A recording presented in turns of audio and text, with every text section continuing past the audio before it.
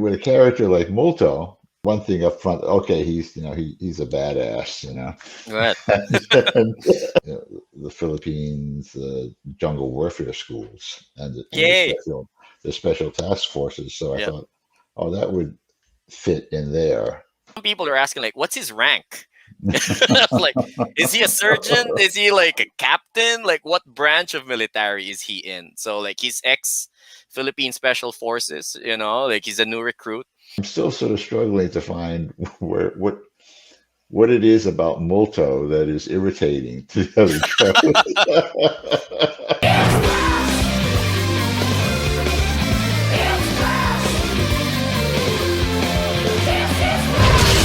Hey, everyone. Good evening and welcome to TOYCON 2021. We are live right now over at the Lazada app. And first of all, welcome everybody. Magandang gabi. Good day to everyone. To those who are watching from other parts of the globe. But it's 8 p.m. right now here in the Philippines. It's the first ever fully online TOYCON event, dubbed the TOYCONnection. So thank you so much, TOYCON, for bringing this to all of the Filipino fans. And thank you as well to Lazada for this live stream. My name is Glenn Mark Flash Antonio. I am the co-founder of Toy Soldier 118, and I am also the co-admin of G.I. Joe Philippines. Shout outs to G.I. Joe Toys Philippines, G.I. Joe Ukay Ukay, War Heroes, Comics Club Philippines Forums, the Comic Book Group, the Comic Book Fans PH. We have a lot of viewers for tonight's stream. We're going to talk about one of the most enduring brands in pop culture fandom. G.I. Joe, Yo-Jo, knowing is half the battle. G.I. Joe was first introduced in 1964. In 1982, it was relaunched as a 3.75-inch action figure line with a comic book to help promote it. We're going to have a guest who is very much synonymous with the brand. A Real American Hero will be celebrating its 40th anniversary next year, 2022. You can see right now the very first issue and fast forward to the latest issue. So I'm holding it right now, but you can also see the cover to it. It's the G.I. Joe number 283 from IDW Publishing. And the first issue of G.I. Joe was released in June 1982. Almost 40 years later, a Filipino G.I. Joe member joins the team. And, it comes out in June 2021. Our guest, oh my God, this is the most daunting thing ever. Allow me to introduce our guest for tonight. He has been a part of a lot of projects, a lot of books, Bucky O'Hare, Wolverine, The Nam, Nth Man, Batman, The Punisher, Warzone, Venom, X-Men, a lot of stuff. His name is synonymous to one beloved franchise, one that has endured close to 40 years and has appeared in so many forms in media. Ladies and gentlemen, the legendary Larry Hama. Hi. Hello, Larry. Good morning. Well, good morning to you. Well, good evening to you. Good morning to Thank me. you. Yeah, good morning. And thank you so much for, joining in for today's very special episode. We're live now on Lazada and the TOYCON page. A lot of your fans are watching. And we sincerely appreciate your Saturday morning. Okay. So from almost exactly 1 year ago, so June 27, 2020, you guested for TOYCON TV. Okay, and we spoke about the possibility of having Filipino representation in the G.I. Joe universe. And please play the clip. Let's go to the whole Filipino thing. There's like a huge discussion in our local Joe groups. There are a lot of local Joe groups here in the Philippines, and one of the key questions when they found out that you were going to guest for TOYCON TV 2020, it was there isn't really a Filipino G.I. Joe in the comics up until issue 272. We really couldn't find anything that we can easily relate to, and it doesn't have to be that will change. Yeah, guys, did you hear that? Hey, back in June 27, last year, I asked you about that, and fast forward to today, and we finally have the very first Filipino G.I. Joe member, Nestor Abuba, codenamed Multo. And what can you share about Nestor, about Multo, like the inspiration for the name, or his specialization or whatever? Well, um, the thing is, the characters uh, sort of develop and write themselves over the course of stories. I take like a sort of a raw character and put them into these situations, and then I overlay that with character quirks. You know, so sometimes I would. If there's a character that's based on somebody I know, you know, I see. it's not like I'm basing the entire character, on this person. I'm taking, gestures or traits or whatever and overlaying them over this other mannequin. And it's one way to really keep the characters consistent. And because you see so many times with some characters, other writers and other artists or other creators, do the character and they go way off base, Yeah. because they don't understand, the intrinsic core of the character. And with a character like Multo, you know, you have this one thing up front. Okay, he's a badass, Right. and but I had to like find a little some character quirks. So I overlay like well, my friend Ernest Abuba. That's where I got the Abuba name from. He's an actor, I see. and I worked with him on a Broadway musical. We shared a dressing room for over a year, so we talked a lot. And, um, and he, like one thing that stuck in my mind is to say, well, Abuba means infinity, Right. you know, and he says, yeah, because and it's also a palindrome, Yeah. You can you spell know, it like yeah, it from goes front either and back. way, Right. yeah. And I was like, oh wow, that's pretty interesting, it's something that's stuck in the back of my mind, and that's how all these things sort of come together. These little you start to patch together all the little pieces that you have, Right. and I had heard about and read about um, the Philippines jungle warfare schools and Yay. the special task forces. So I Yeah. thought, oh, that would fit in there, Right. and yeah, so that's how So it's that's not how like it came together. Yeah. it's not like a character is just a very linear you Hmm. know thing. It's uh, the more you put a character together like a real person accumulates their Their persona, personalities. yeah, Right. personality, then the more human that character seems. Right. And those are the things that make the character interesting. I So see. I'm still sort of struggling to find where what it is about Multo that is irritating to the other Joes. The news came out, Larry. I think this was about May 19th. Mhm. And Diana Davis from IDW and Tom Waltz shared the sketches of Black Mhm. Hat and Multo on Twitter and on Facebook. And so that was like around 3 a.m. I picked up the news because I saw Multo was there. And so it's like, oh, this is a big scoop. And so I posted it on my media page. The news goes viral, 1,300 shares, 26,000 engagements. close to 225,000 people reached. It goes mainstream. Not kidding. I have like the numbers. It goes mainstream.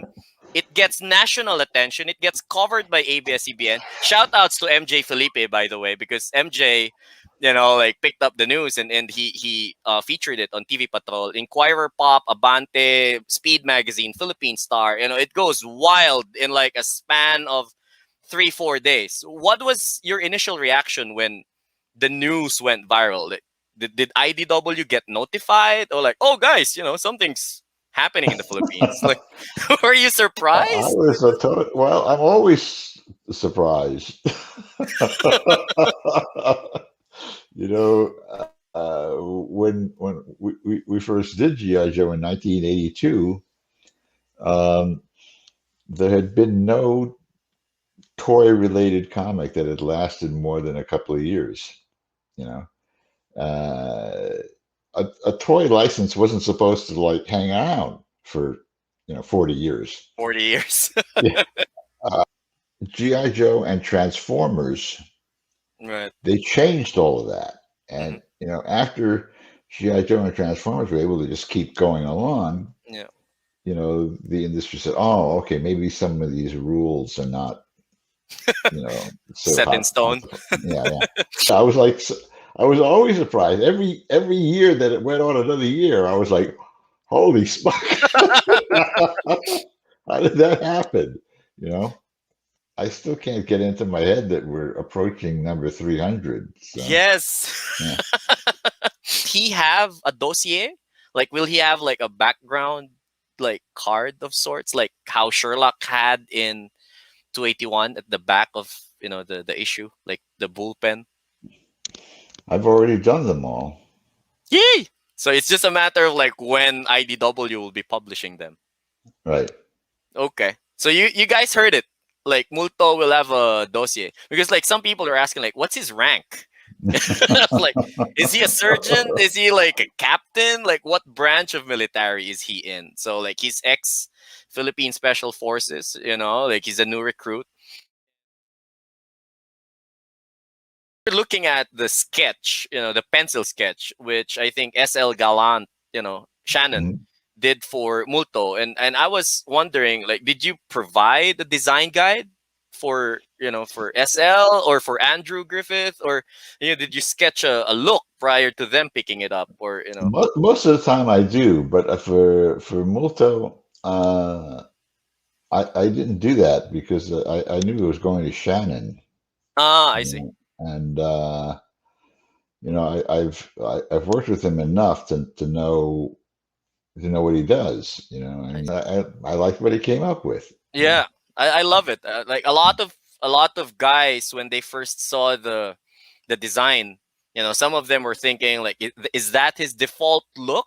Because like in some panels he was wearing shorts, and in some Mhm. panels he was wearing pants, and then like a few weeks later we see a couple of Twitter posts wherein he's wearing a different thing. Maybe he's wearing camo, and so I'm thinking like he may Well, have like no, a no, mission no, specific because outfit. well, but the whole issue was about all the Joes being undercover. There Right. wasn't a single Joe in their, In their like default duds. yeah, their,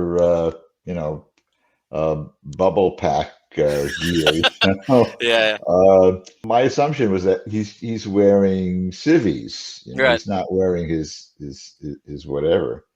One of the later issues, they're in a jungle, Yeah. and everybody is in jungle gear. We're looking at some of the panels from 283, and literally the very first appearance of Multo in 283, I have this one right now, is him sitting in a cab in undercover outfit with Lady J, and his name is actually relayed by Chuckles. So Chuckles and Roadblock were inside the van, and so he goes like, "Oh, he's ex-Philippine Special Forces," and it means ghost in Tagalog. And so I want to find out like what was the thought process of picking that code name. I made a sort of list of like, oh, what kind of code name would he have in English? And then I I made see. the list in English, and then I went online and found a Tagalog uh, translation Yeah, see. app, and ran through a whole bunch of them until I found Yeah. one that said it and sounded good in both languages. Yeah. So, It's very distinct. One of the new Joes in 283, let's not forget about Black Hat and Olivia. And I love how I'm a big Trek fan, and I love how you just sort of just slid it in there that she can speak Klingon. And so will we have Black Hat drop more Trek references or pop culture? I think she's a cool character. She's the hacker, and she seems like, oh, I'm like the geek or something. well, yeah, well, it's easy to drop in stuff like that on a character like that since the character's actually based on somebody, so there's a reference point. And so I'd like to show you, for your appreciation and for everybody's appreciation, G.I. Joe Philippines ran a custom action figure contest right before the 283 drop. And so we were only working on Twitter posts and screenshots and everything.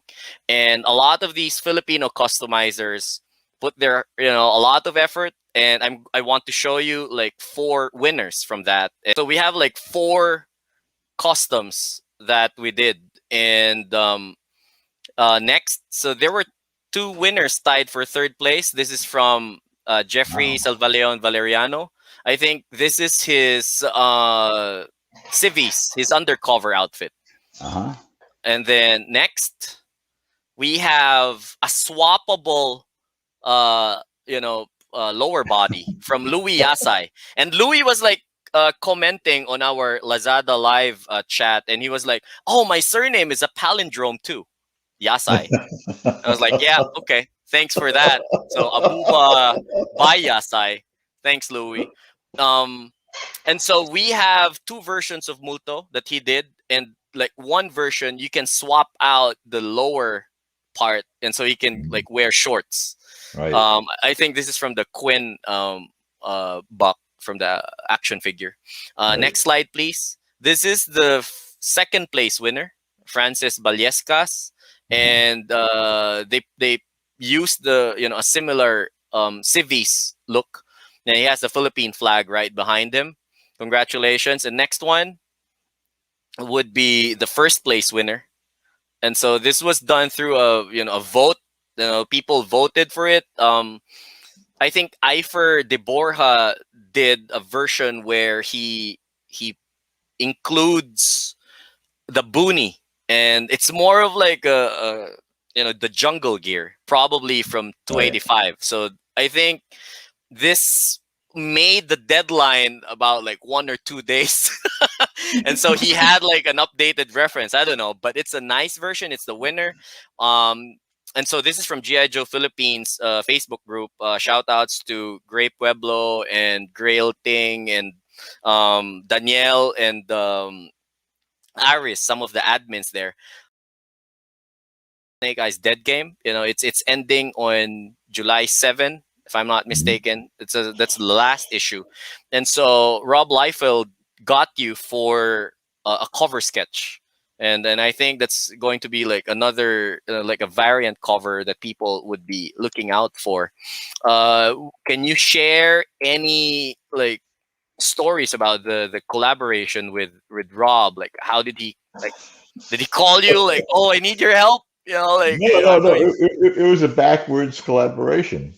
It was Rob and I were at a con someplace. Maybe it was Chicago. I can't remember. And a fan asked me to do this sketch of Snake Eyes with both the Uzi and the sword. I see.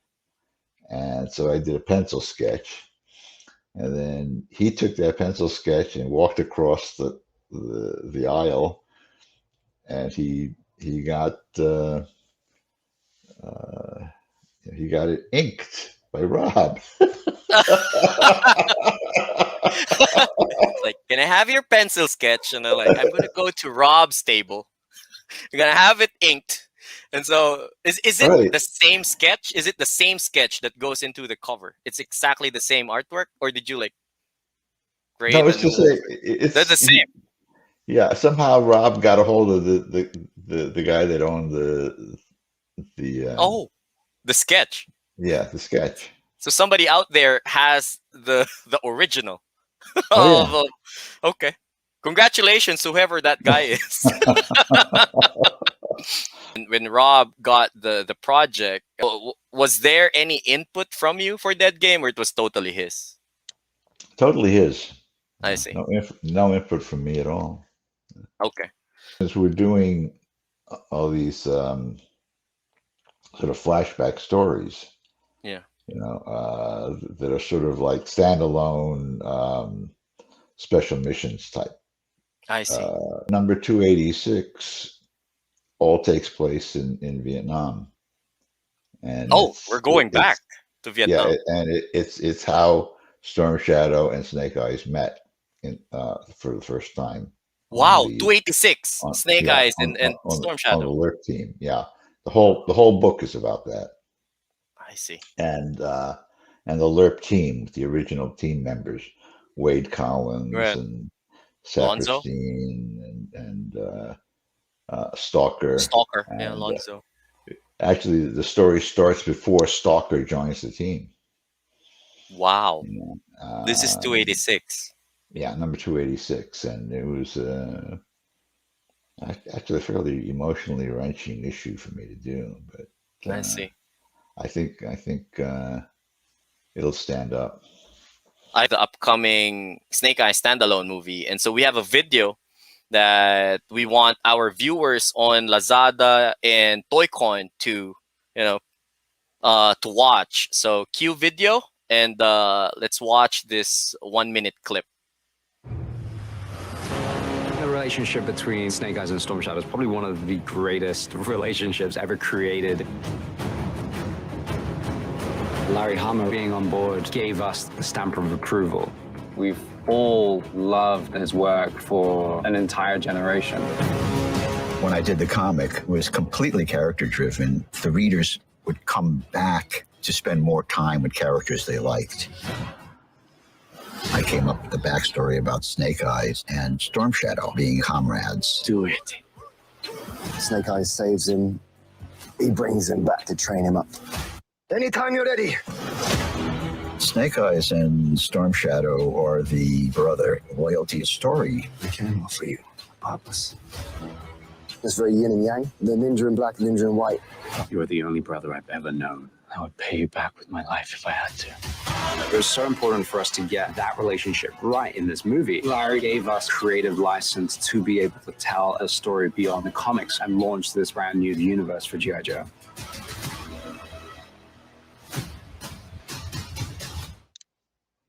That's it. Snake Eyes. So that featurette had more of you compared to the one that we saw last May, and That was the first so time I've seen this. oh really? It's the first Yeah. time? Yeah. Oh, okay. Yay. Aside from the awesome fight scenes that you got to, probably witness when you were invited to Vancouver, what other things, without, giving anything too much away, what other things struck you the most about this movie? Like, We've also got the advantage of this of having two really outstanding actors, nail these characters down. If they had gotten just regular action stars, you would not have, this level of dramaturgy, you know. And I think that's, a key thing these days. It used to be, it's an action pick. Nobody's interested in the acting. Got the right guy. Yeah. Exactly. I was really impressed by a number of things. Like the martial arts choreography is just brilliant, Yeah. and the cinematography. It's just a combination of great choreography plus a great DP who knows what Yeah. to do with it. Mm. makes a big difference. And there was this amazing attention to detail. The scene that I'm in takes place in an alley in Tokyo, where they, on the soundstage in Vancouver, they recreated this whole alley. It's almost a block long. Wow. Attention to detail. And It gets the actors to be in yeah, that moment. exactly. It's if you start to believe in the illusion itself, you know Yeah. it's it's a form of Stanislavskiism, I guess. Yeah. To Like be if you're gonna do it like extraordinary well, like really do yeah, it. So like it, you capture the essence. nothing there to break the Character. illusion. Yeah. Yeah, that's the thing about the completeness of like the sets like that I saw in It's in Vancouver. Vancouver. Yeah, And it's in the poster. There's yeah, that poster that we're showing. yeah. You stand in them and you're immersed. I You know, see. Speaking of action, because you said like you love the action. You love the action, and like shout outs to the fight director Kenji Tanigaki. hmm And he made all of those like awesome fight scenes. And like the fight scenes that you saw, like you mentioned, like they're out of this world. They're mind blowing. That's one word that you used to describe them. And um that is the right flavor for this film. Am I correct? Like this is the right like feel in terms of like the fight choreography. exactly. I mean, this is the guy that choreographed the Rurouni Kenshin. Yeah. You know, he did all three of them. They were each one was more astounding than the last. Yeah. Kenji is a Uh, super awesome guy, and I love yeah, his work. And hearing you, sharing your thoughts and your praise for his body of work, it's going to excite more people to actually watch. And there are some comments, like some people that are having strong feelings about their era's Snake Eyes and how he looks and his original backstory. And some of them are not so positive. And like, what do you say to that? Like, oh, it's my era. It's like, oh, that wasn't the Snake Eyes that I grew up with. He had like blonde hair, and he got the disfigurement when they had the helicopter accident. Like, what are your thoughts on those people saying something about your work from like 39 years ago, 30 something years ago? well, if you're not changing, you're dying. Wow. If you're not changing, you're dying. So if you're Well, not adapting, all change is good. Stasis is just rot. As society changes, the character has to change. yeah, You know, it has to evolve. yeah. And so And the stories that otherwise you're just stuck in this sort of Snake Eyes is really bound for like a yeah, modern telling. It's yeah. bound I for think like adapting to the times. yeah, because otherwise you're stuck in the old time loop. Yeah. Well, You like know, we can't always go back to Vietnam and have him, no, no. do like If go you over with the stuck accident. if you stuck the original timeline, these characters would be 73 years old. Yeah. Yeah, Like there has to be an evolution in terms of the yeah. storytelling.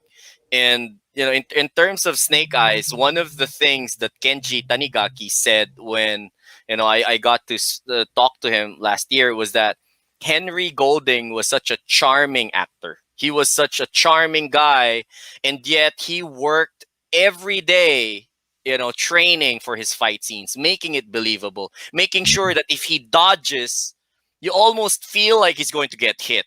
Like he's really working Mhm. and putting in the necessary effort into becoming Snake Eyes, and at the same time still maintain that charming, relatable, Hollywood leading man, Mhm. in that sense. And I was like, that actually makes sense, which means they're not just banking on his like charm.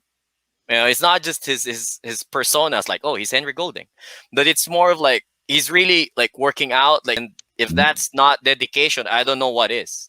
Around this time, I'm going to ask like my last question before I wrap things up. Mhm. I want to find out, would you have other projects that you'd like to promote, or hope? Well, obviously, I want to thank you for your time. For Saturday morning, and we're excited for next year.